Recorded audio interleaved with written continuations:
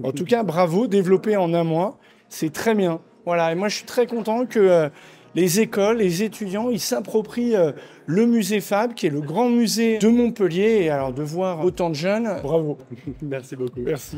Là, on est une petite équipe entre des troisième année et deuxième année. On fait un jeu sur tablette qui va permettre aux joueurs d'aller chercher dans la salle où on va être, donc la salle 39, les œuvres de Frédéric Bazille. L'idée est venue très clairement, en fait on avait deux choix, c'était soit un jeu VR, soit un jeu mobile. On s'est dit, un jeu mobile n'a jamais été fait, un jeu sur tablette n'a jamais été fait au musée Fab. On fonce et puis on trouve une idée à partir de là. Et après, tout s'est construit avec le thème. En fait, on s'est servi du thème pour construire autour. Après la réalisation du trailer, ça a donné le final qu'on a maintenant.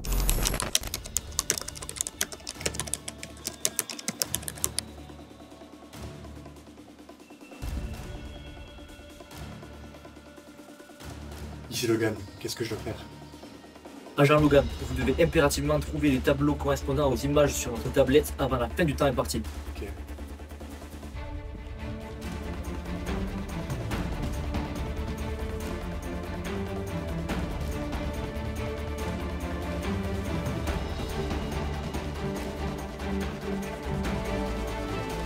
Information.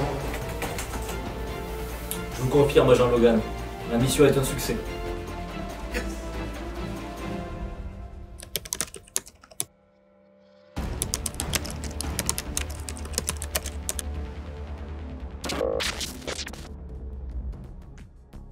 C'est la question qu'on a posée aux visiteurs du Fabre n'est pas couché.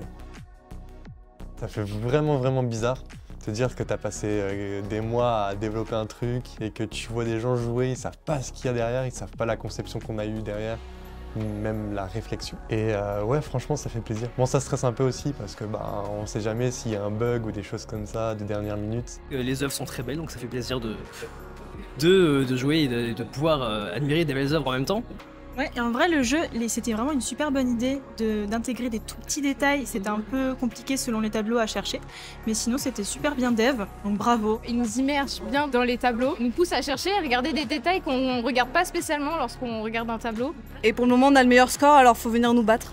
J'ai trouvé que le jeu, il était super cool, ça permet de s'amuser tout en s'éduquant un peu sur les tableaux qu'on peut trouver au musée Favre, donc c'était vraiment une super expérience. Et on a fait qu'une seule erreur, on est très contents. On avait aussi une fonction instructive et éducative, donc j'ai vraiment adoré ce jeu, merci beaucoup. Là, à ce moment-là, on était en train de faire tester le jeu à tout le monde et d'un seul coup, le maire arrive dans la salle. Je suis vite allé le chercher pour qu'il essaie notre jeu et pour voir ce qu'il en pense. Et ouais, c'était vraiment un plaisir parce qu'il a eu que des retours positifs. Il était très content, très fier que des jeunes étudiants comme nous puissent faire jouer la technologie et les émotions des gens comme ça, surtout dans un musée, et d'attirer les gens. Alors ici, on est dans la salle où se trouvent les toiles de Frédéric Bazille, notamment la vue sur Castelnau-le-Lez. Frédéric Bazille, qui est on considère un des premiers impressionnistes. Et alors, je viens de rencontrer Logan, qui a développé une appli très originale pour apprendre à regarder. Dans les musées, il faut apprendre à regarder. Et donc, il y a un jeu auquel je me suis livré, il faut que je progresse, mais qui est très original et qui permet de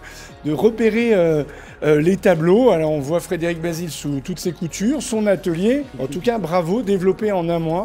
C'est très bien. Voilà, et moi, je suis très content que les écoles, les étudiants, ils s'approprient le musée Fab, qui est le grand musée de Montpellier. Et alors, de voir autant de jeunes, bravo.